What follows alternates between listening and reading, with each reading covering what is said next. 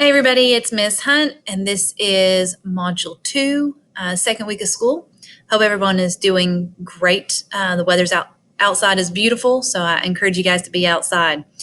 It is important that we do our animal behavior lab because the weather is starting to turn. We need to make sure we're getting those pill bugs. And again, if you can't find any of the pill bugs, then earthworms will work. So be looking for those and get going on that lab. All right. So this week I wanted to go into our Google Classroom and walk you through what we're going to do this week so that you are ready to go.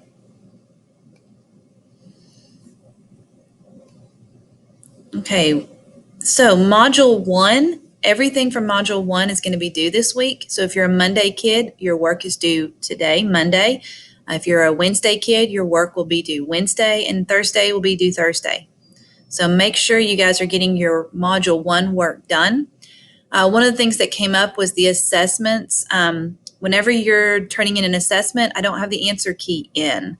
I kind of feel like it gets a little unfair. My Thursday kids often will ask Monday kids what the answer was, how did you do, and what was the right answer.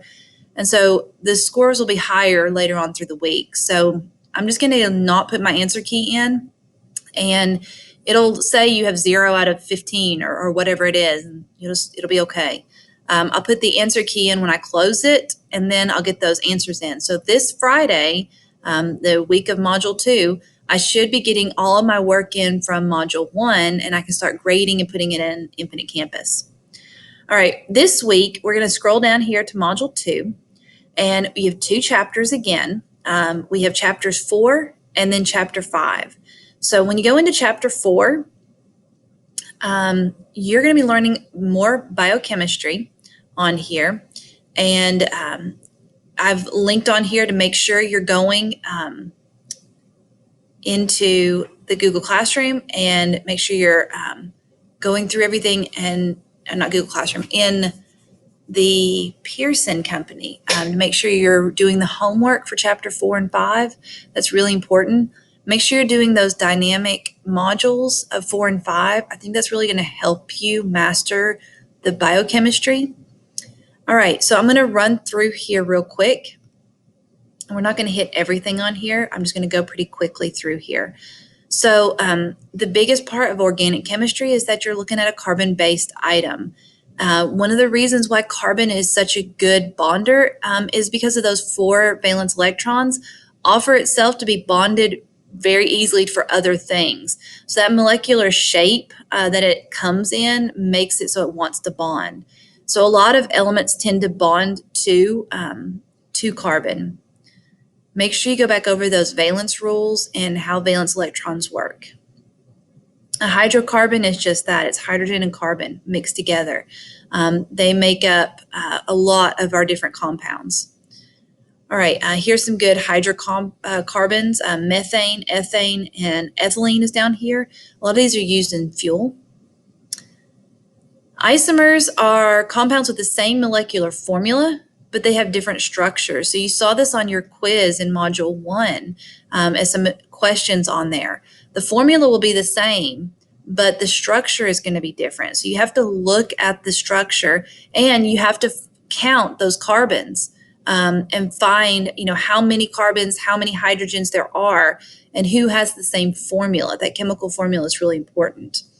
As you guys are learning this unit, you're going to see how the shape of proteins and how they fold up really impacts what they do and how they come in and taken into our body. That shape is really important. Isomers, when they test an isomer, when they test a molecule on the body for medicine, they're testing only one of those isomers. So it could be the same formula, but if the shape is different, it won't absorb into the cell membrane. It won't attach to the right bonding sites. So you have a case study that's on this that is just terrible. But you guys are going to see how some scientists have really messed up with isomers. Okay, so here again are a couple of different guys. We're supposed to pick which one of these is an isomer. Can you pick? Okay, that first one is no. 2 carbons here, but these guys have 3 carbons, so they're not the same. All right, what about this one? This one's a yes. 1, 2, 3, 4 carbon, 1, 2, 3, 4 carbon, and 1, 2, 3, 4, 5, 6, 7, 8, 9, 10 hydrogens. 1, 2, 3, 4, 5, 6, 7, 8, 9, 10 hydrogens. So yes, they were. All right, I'm going to skip through here to keep moving. Okay. Isomers can be different structures. They can be different geometric. And enantiomers are also going to be types of isomers. Okay, and their structures, sometimes they change their position and where those carbons are at. Different covalent bonds will happen. In geometric isomers, you have same covalent partnership, but a different spatial arrangement. And that arises because of inflexible bonds. So, that one, sorry. I'm going too fast. Here we go. So that's the geometric one where they have opposite sides to them. Okay, and enantiomers, these are molecules that have mirror images to each other. The book has some really pretty pictures. So it's almost like you hold a mirror up and what's on the opposite side of it is what's there. Usually involves an asymmetric carbon. So here you go again. Hydrogens are right next to each other. The carbon's in the middle. But you can see how they're mirror images to each other. Why do we care? This is how it bonds into our body. If I get one of these to come in a medicine form, the opposite is not going to work. So when we're looking at the chemistry of it, even if it's the right chemical formula, how the shape is for that particular molecule really matters. Okay. Organisms are sensitive to even the most subtle variations of that molecular architecture. So like I was saying, how it comes into our body and how it's received and what our body does with it. All right, this case study, phthalimide, you guys are going to read through here and see how many birth defects it caused. So sometimes scientists start going in a weird direction or in a direction, and they need to be heavily researching. I think this is so crucial right now as we're getting ready for this COVID vaccine and how scientists are testing it out and seeing how it reacts in the body. Nothing can be rushed on this vaccine. It has to be well tested, thoroughly tested.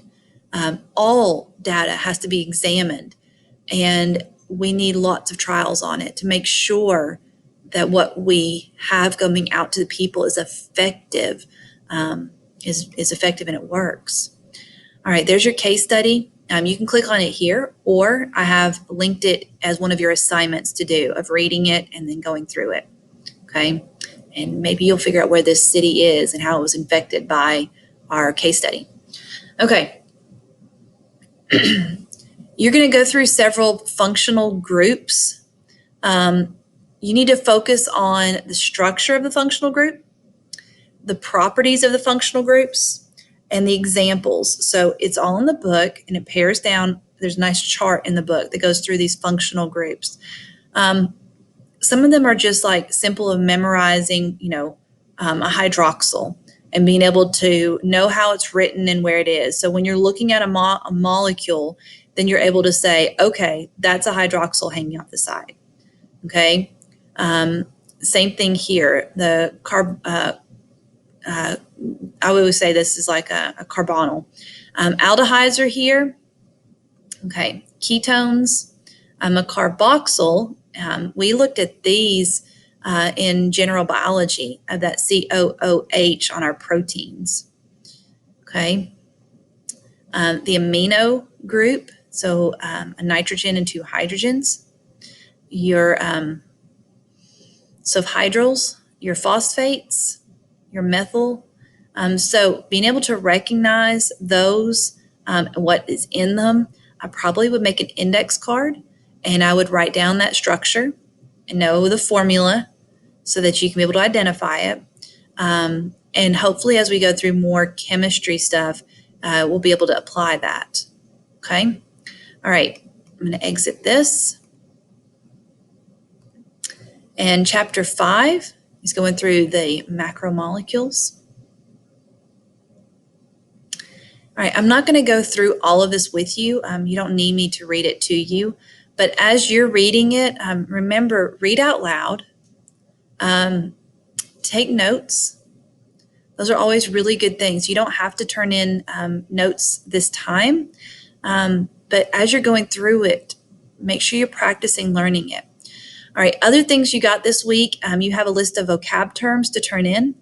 I also highly recommend that you guys write them down on index cards and add them to your vocab bag. We're going to be in the AP classroom this week, and I've got videos linked to all the different lessons as we go through this chapter and this unit. And you guys have some questions to take on here. This is not for a grade. This is to see how you're doing. Please do the questions after you've done the studying and the learning.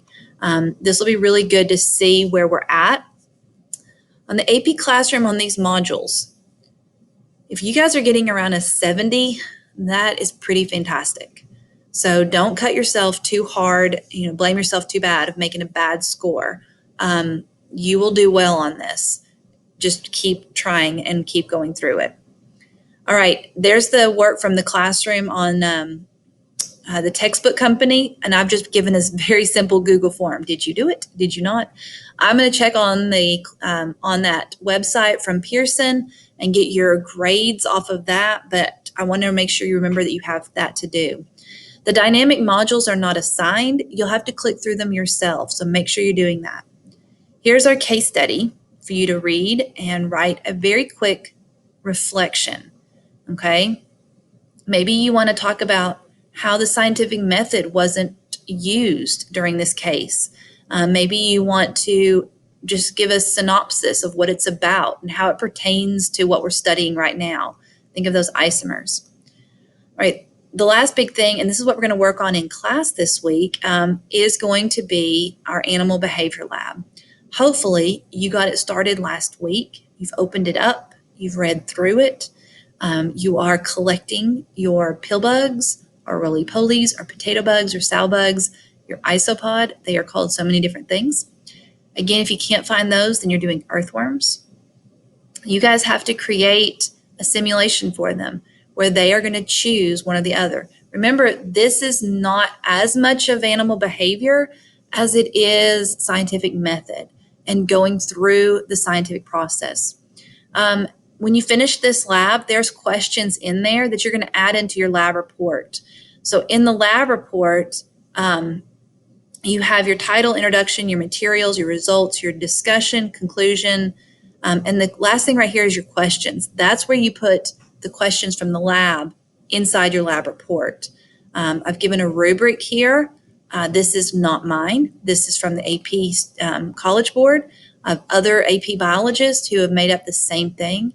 So hopefully we're keeping on the same rigor as everyone else when we're doing this. This week in class, Tuesday, Wednesday, Thursday, kids, we're going to go outside and we're going to try to find some of the pill bugs or the earthworms. We're going to examine them under microscopes and dissecting scopes. We're going to look at them and see, any kind of things we can find out of their anatomy and their behavior. So that's what we're going to be doing in class this week. I'm also going to let them be able to talk about that lab and how they're going to be working on it. Monday kids, they didn't get to do this in class, but they still have the work due next Monday. And of course, my virtual kids, the same thing. On Friday, I'll do a Google Meet and have you guys ask any questions and let me know what's going on. I'm trying to get my in-classroom students up and doing more things. We spent a lot of time on the computer last week, and I did not enjoy that. So I want to try to get us up and doing some stuff. So my in-class kids, be prepared to go outside. My virtual kids, go outside and get some pill bugs. Start building your setup. Let me know if you have questions. Text me a picture of your setup of how it is and let me know how it's going. All right, guys, that's it. I hope you have a great week. Enjoy the weather, and I will talk to you guys later.